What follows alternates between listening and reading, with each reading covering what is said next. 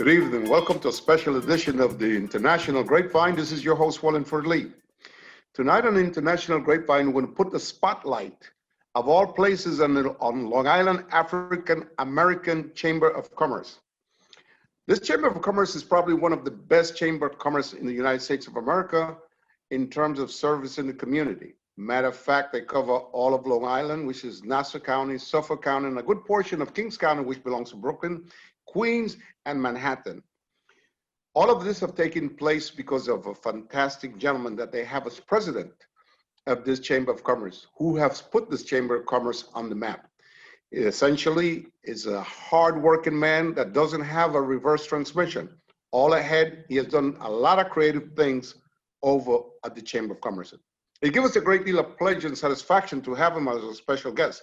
I'm talking about Mr. Phil Andrews, who previously was the president of 100 Black Men in Long Island. And luckily for the Chamber of Commerce, he was recruited and has brought his skills and advances over to this prestigious place. Mr. Andrews, welcome to our program. Thank you. It's good to have you. We heard fantastic things about you, so we wanted to take this opportunity to work with you a little bit to know some of the accomplishments and the things that you have done over there. How did you get started in the Chamber of Commerce?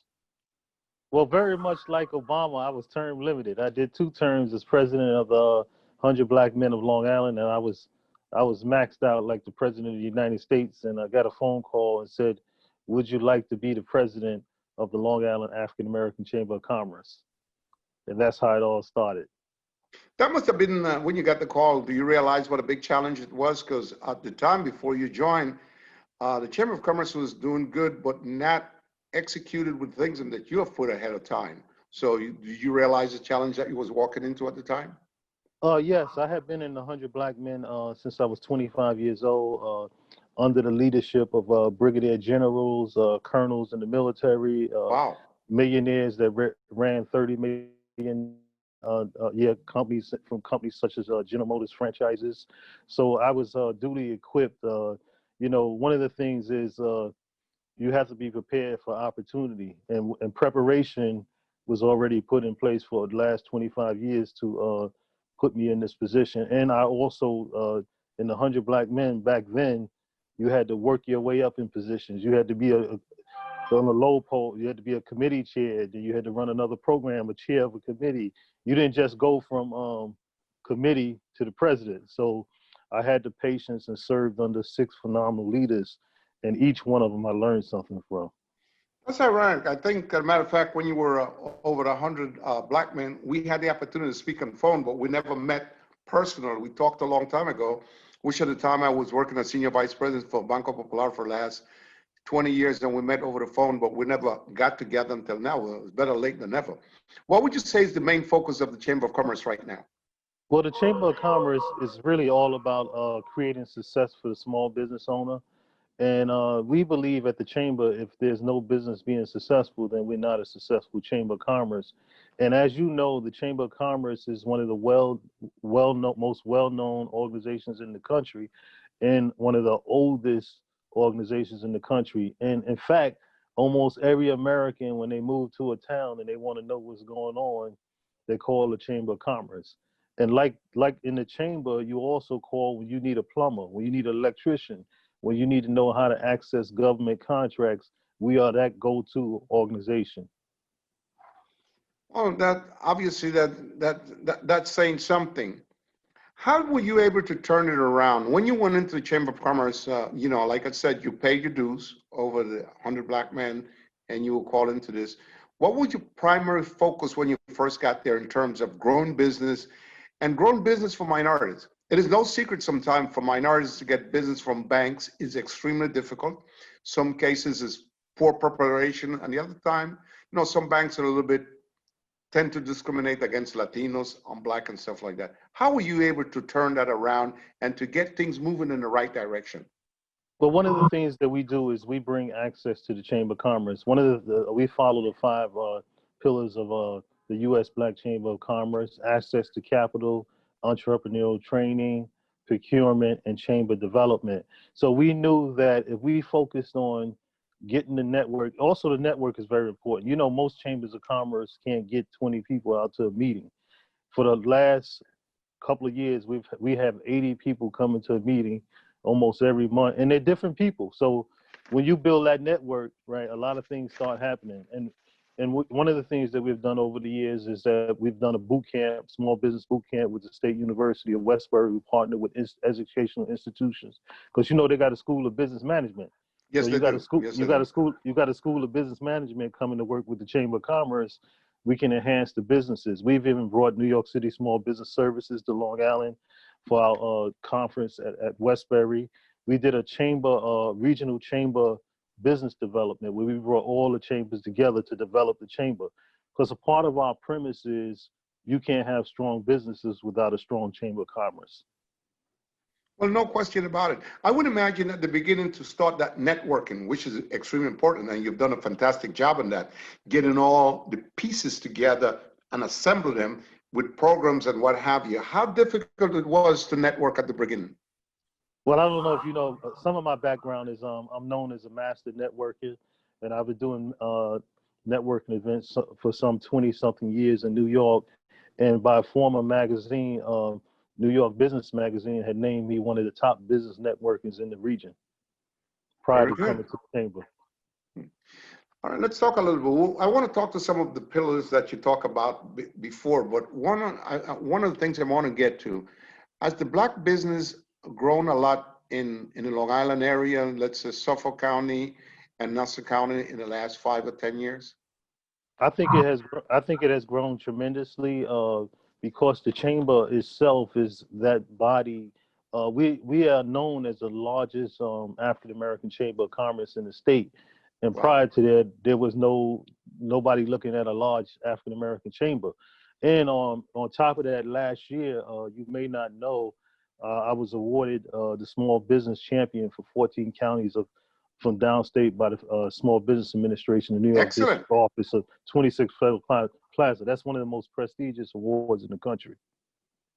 That's excellent. That's excellent.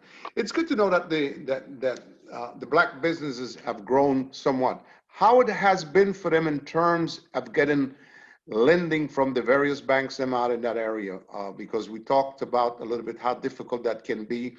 Because part of the problem is to get a loan from a bank, the bank use five credits or five philosophy: character, capacity, condition. And if you don't meet some of these things, and such as your character, your condition, and stuff like that, you're not going to get a loan for them. Then we get into the aspect of cash flow, where these businesses, would they have the capacity to pay the loan that they're looking for, and what type of loan they're looking for. What are some of the things that they hit the wall on, and how positive or helpful was the chamber in those cases? Well, one of the things that we did, we partnered with the Small Business Development Center in Farmingdale, and we did an access to capital event. And as you know, in this particular crisis with COVID and everything that was going on, one of the things it taught us is to learn how to access capital before you need it. So we want to make that an ongoing process, you know, really bring some banks together and let them fill out the workshop. Let them get them, even if they're not applying today, let them know how the bank is. So a lot of times we go into the bank and we're not prepared. So, but the chamber's job is to work with banking institutions and get them a workshop. The banks know to our members, like, this is what you need. This is how you qualify. These are the things you need. Do you need inventory? Somebody said you don't need inventory or something to back up a loan. You need something to back it up. You need some cash or some equipment because you got to pay that back. They got to have some security that you have a way to pay. So we wanted to do more workshops like that because we feel that this crisis has taught us one thing: don't wait till a crisis to get all the knowledge that you need. I agree with you 100%. I imagine those presentation tend to open up the eyes of small business guys in terms of how to present things to a bank and how to go. And I'm sure the chamber guide them a whole lot in most cases as to the preparation. These seminars that you give, is this on a monthly basis, or every 3 months, or every 6 months? Well, we're constantly bringing all different type of resources to the chamber on a regular basis. We do things like bringing teaching people about putting people on the books. You know, if they got government contracts, they got to have certain procedures. So we are ongoing training organization, and we also work with a lot of resources. I don't know if you know, but there's a entrepreneurial assistance programs in New York where the New York State funds these organizations in Hofstra University, Suffolk, and QEDC. There's an EAP center in Harlem and Manhattan, in the boroughs. Our tax dollars is paying to get you help for business. So what happens eventually, you know, when businesses see it pays government taxes. So the government is behind the small business owner. So we don't try to be everything, but we're still substantial because a lot of times the community is not aware of the resources. You know, I mean, we make the Small Business Administration say, come on by our community. We want them to come into East New York, come into lower socioeconomic community. But, you know, as you know, the chamber is an advocate too, because if nobody's advocating for the resources to come to the community, they will not come to the community. So that's Well, that's one good of to know. That's good to know. I know the SBA play a big part in getting loans and startup. But having said that, the SBA is a type of lender that live and die by collateral. You know, we will make you a loan, but what's going to secure that loan? Sometimes they want to take a lien on your house. Sometimes they want to take a lien on the business, and rightfully so. In other words, what the SBA look for is participation in you. You want a loan? I'll give you the loan, but I want you to be part of the risk that I'm going to take. The SBA continue to work like that, one. Two, if the SBA does not give a borrower a loan, how do you come in to find other resources for them to get a loan? Well, one of the things, there's a lot of other secondary lenders. There's lenders like Accion, there's smaller banks. So what we try to do is we work with a variety of organizations, and some, as you know, like the smaller financial lenders kind of like could be more patient, and they could work with somebody for a year that come into the door, and then they be ready at the end of 12 months. So sometimes like may have plans, you have plans to expand, you can't expand right away. So it may take a longer period of time. And I also want to talk a little bit more about the SBA. A lot of people don't know they do more than just that. They do counseling, they do access to capital, and they also help you with procurement. So a lot of things, that's a whole lot right there. When one agency is doing, if you get the counseling and you get the capital and you get the procurement, you probably could make a lot of money. Do they help some borrowers to put together a business plan? I remember years ago when I was running a few banks out there, they would send them to certain university to help the borrower put together a business plan with projections and what have you. Does that still exist in the small business area? Yes, and they also now you can ask them. You can probably go on the SBA and ask them. You could send them a question. Any question you got in your business, you could send them an email, and they'll respond to that email. And they certainly do business plans because that's part of counseling. Excellent. I know many years ago the SBA set up certain banks them as preferred lenders. A preferred lender, that preferred lender is able to make a decision without going to the SBA. So I imagine that in most cases of small business, you will direct that type of clientele to go to a preferred lender who can give them a quick decision, yay or no, or yes, with some pros and cons. Is that correct?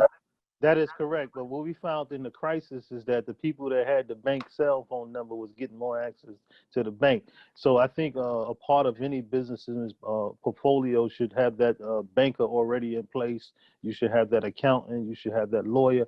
You need a team of expertise before the crisis, because in the crisis, we couldn't hardly get nobody. But if I had a personal relationship with a banker, some bankers we heard called some of the clients to say, hey, we got this money here. So we need a business owner should think about having these people for counsel and in their corner way before crisis time. Excellent.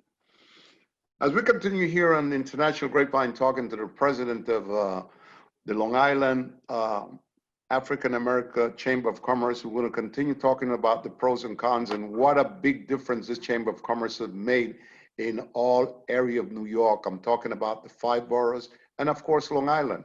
They will go anywhere and they're committed. We'll be right back on the International Grapevine as we continue talking to Mr. Phil Andrews.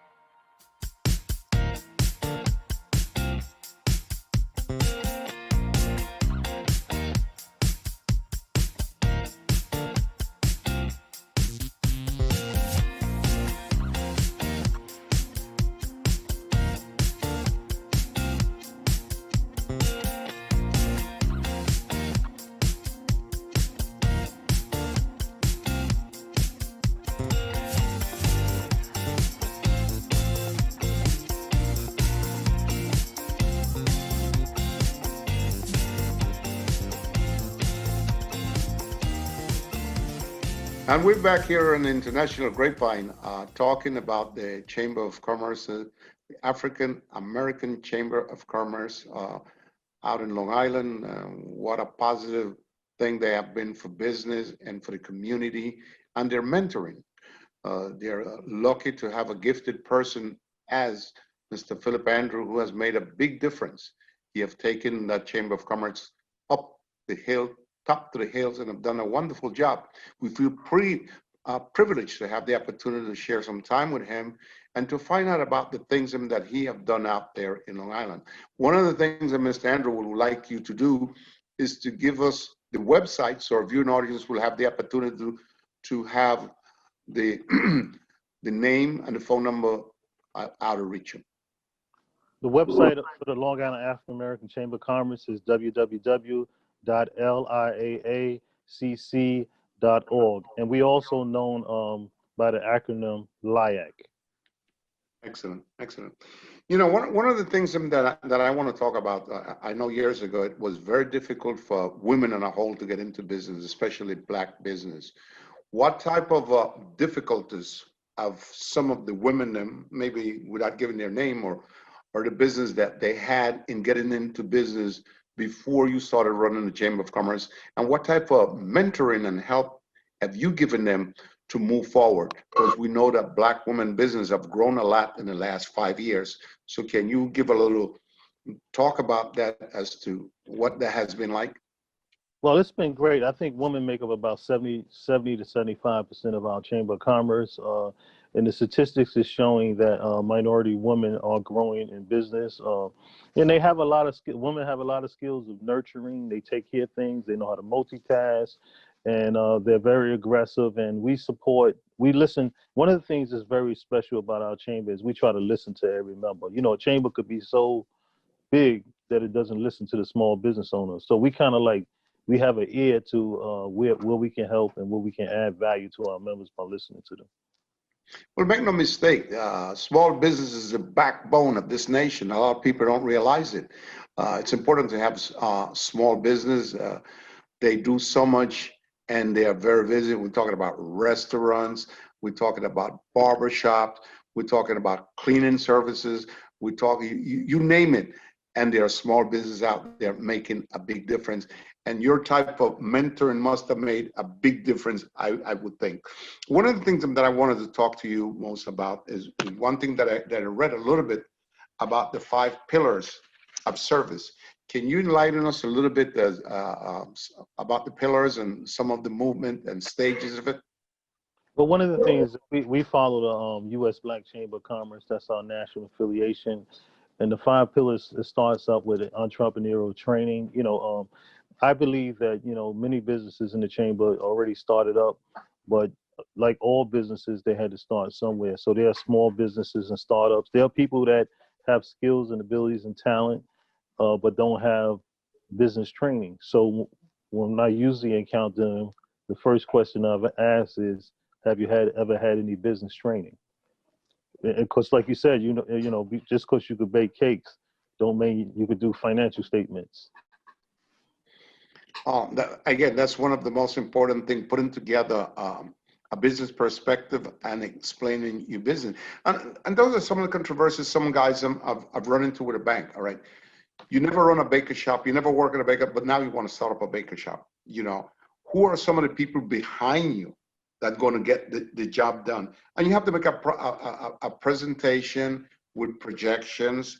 Where are you going to be 2 years from now, 3 years? And sometime in the projection, the bank might call you back and say, oh, that was great if you grow, but what happened if you stay standard? So it's good to have an accountant and somebody that has that background that can help you to put that type of business plan to make a difference. What other pillars, because we talk a little bit about some other pillars of the business.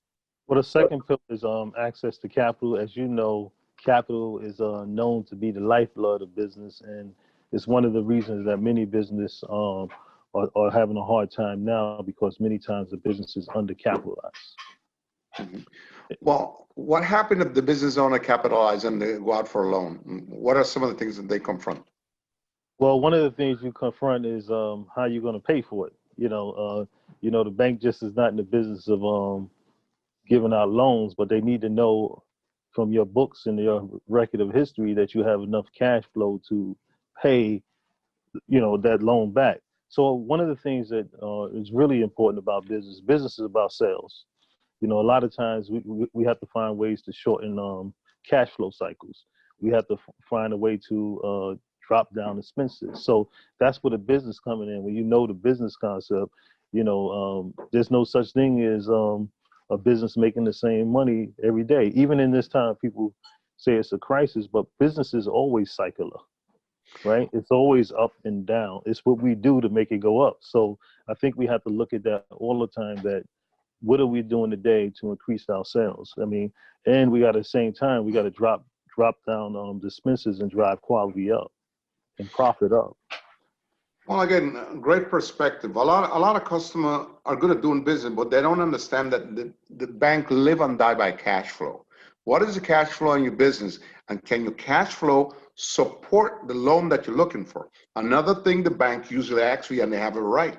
You're looking for a loan. What is the purpose of the loan? How is it going to be used? A lot of businesses say, I need a working capital loan. Really? Good. How is that going to be used? It's very, very important to know. And also another thing that's very important, and I guess, and that's why an accountant is important, understanding your business cycle when you go out to see a lender, how it works. All business cycles start with cash, but finish with cash also. You buy the product, you make it, you sell it, you get cash coming in, then your expenses and stuff like that. So all of those type of things are key components, and it's good to know that the chamber is involved, because it gives them a great perspective as to how to present their stuff and where to go. What are some of the next two other pillars that you can discuss tonight? Well, another pillar is procurement opportunities. Procurement opportunities are important to the growth of business. As you know, the government spends a lot of money, and we pay into share of taxes. And if we have a duly qualified business, we should be able to bid on contracts, and that creates opportunities and employment, and also helps the underserved communities as we get procurement opportunities. When you talk a bid on contracts, are you talking about more like this construction loans and stuff like that? Well, we're talking procurement could be anything. It could mean paper supplies. It could mean office equipment. It could mean construction. Anything that the government buy is a procurement opportunity, because the government is not in the interest of making its own thing. It buys everything from a business. How important is interest rate to a business when they're looking for a loan? Well, that's very critical because you know, as you know, is the higher the interest rate, the more the payment on the other end, and the more it takes out the business. So every business seeks favorable interest. And that's understandable. Also, are most businesses that look for loan are willing to put up additional collateral to support the loan? Some do. Sometimes they have to equipment. That's portion of the loan that they have to have equipment or something to serve as collateral. And as you know, when a business goes belly up, you know those things are collateral to get some of the bank's money back. Of course, because what the bank will do is going to liquidate some of that collateral to get back part of the cash. Sometimes it comes up short. So it's important to know when you're giving a person a loan, what type of collateral they're putting up. What are some of the project expectation that the chamber has going forward, let's say covering the next 2 or 3 years? Well, one of the things that we believe is a lot of our community needs more technical assistance. It's not the things that you don't know, that you know. It's the things that you don't know, because technical skills are sometimes you need different support. Like banker could show somebody how to put the stuff on paper. So those are the type of things that a business is just in the day-to-day activities. They miss some of the technical things that they need, and that's where they miss the mark and succeed in the business.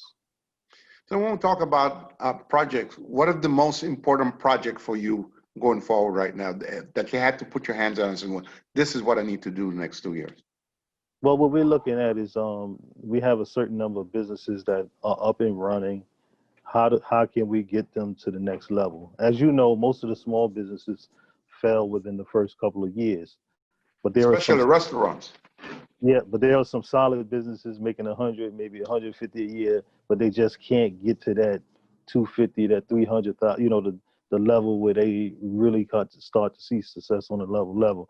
But we don't want to disregard the small businesses too, because you never know the potential of any business. So I think it's a combination of working with the existing businesses. And also, since we have this network, one of the ways that we increase business sales is to trade within this network. Yeah, one of the things that I read was an excellent program that the Chamber of Commerce had done with LaGuardia College, which was amazing. My understanding was an outstanding presentation done by the Chamber, and the participation of a lot of folks that went. I'm talking in terms of business people. Some had knowledge and some didn't have that. Can you share with us how that was run and what type of participation that you had or feedback that you had from the folks that went to that class? Well, one of the things we did a class with Goldman Sachs, preparing them with Goldman Sachs 10,000 does. Because, you know, a lot of businesses, they just need the counseling, and that's the thing, they need to get away from their business for a while, because sometimes you're in it, you're doing it, but you need this technical advice, and you don't take the time to really let somebody look over your shoulder at your business to see where it could be improved. So businesses sometimes have to get outside their office and get some training to get to the next level, because we tend to do the same thing over and over.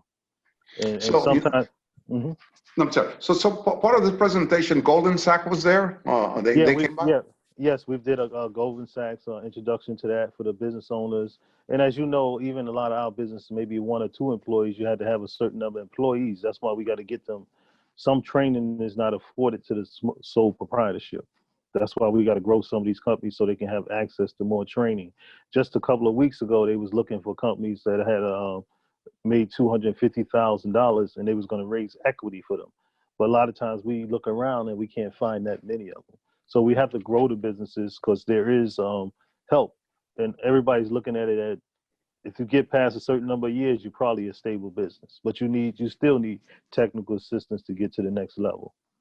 In terms of input, how do you help a company like that in terms of idea how to grow that business? Well, one of the things that we do is we have done many procurement events. We try to we let them know what's going on with the pipeline, the different agencies. We've even visited the Transit Authority, procurement, PSEG. We also let businesses know like how to get hooked into the pay system. You know, the government is a lot like us. They don't just pay anybody. You have to tie into the system first. And so even things as simple as that, a business could be established but not know how to access government because they're in the private world, right? So that's part of the job that we do, is helping them access them. And also, a lot of people call us or because they're looking for a certain MWBE certification. They know there's this chamber over here, got these businesses that could do the job. So we want to be known as that organization that the government agencies come to, and because even somebody out of state could do business in New York, but they get a contract over a certain dollar amount, 30% got to be minority, but they can't find that minority. We are that organization. So again, as we started the program, I talked about the input and the type of involvement that you guys have done and how wonderful it is. Even though you're in Long Island, how much involvement do you have in Brooklyn in creativity to help the Brooklyn and Queens area? Well, one of the things is we had we had our inaugural event at Borough Hall, Brooklyn Borough Hall, the borough president's office. Downtown. Mm-hmm. We packed the Borough Hall, but you know, it's Brooklyn. You have to. We're gonna really dig our roots in there, because I believe that Brooklyn is going to be our greatest growth. Because we already took a look at the data. Brooklyn has the largest number of African American businesses in the country, and Queens County would come behind that, and then Nassau and Suffolk. So we put all three together. So thereby we could become one of the largest African American chamber of commerce in the nation, because we have the businesses right here in this region to justify it. But we got to expand that network. Well, make no mistake about it. Brooklyn is a United Nation, Caribbeans, Latinos, Black, Jewish, white. Brooklyn is very large. It's, I think, it's one of the largest boroughs in the United States of America, probably the fourth or fifth. So I imagine that the demand is in Brooklyn, and your presence and help will make a big difference. No question about that. And I'm a Brooklyn product too, so I feel comfortable in Brooklyn. Well, welcome to another Brooklyn kid, but that's very important, you know. Yeah, Brooklyn Tech graduate, so I have deep roots in Brooklyn. So I'm excited anytime you say Brooklyn, because it's something about where our birthright is, and I'm just excited to be going back to Brooklyn to help. That's good. That's good to know. Well, you know, Phil, I want to take this opportunity on behalf of the family of the Grapevine to let you know that we are extremely happy, thrilled, proud of the job that you have done there, and that the chamber have done, and continued success. And don't stop there, because you have knocked down a lot of doors. You have made a big difference in the entire community. And for that, we're thrilled about it. And we don't have words to thank you for that. We hope that you'll be kind enough down the road to come back to the Grapevine and work with us, because we want to get the word out, not only about what you're doing, but what the chamber is doing also. Thank you, and I know the importance of media, and we look forward to working with you as a media entity, and whatever financial support we could give in the future, we look forward to working with you. Well, we certainly look forward to that. And again, thanks for coming aboard, and we hope to work with you down the road real soon, sooner than you think, because we have other things on the map that we want to discuss with you. And you know, this is a big one. We want to get this out to the public in general. No question about that. Thank you. All right. Again, this is Wallingford Lee saying good night for the International Grapevine, and hoping that you have had the opportunity to see the show. We hope to see you next week at the same time at the same place. Good night.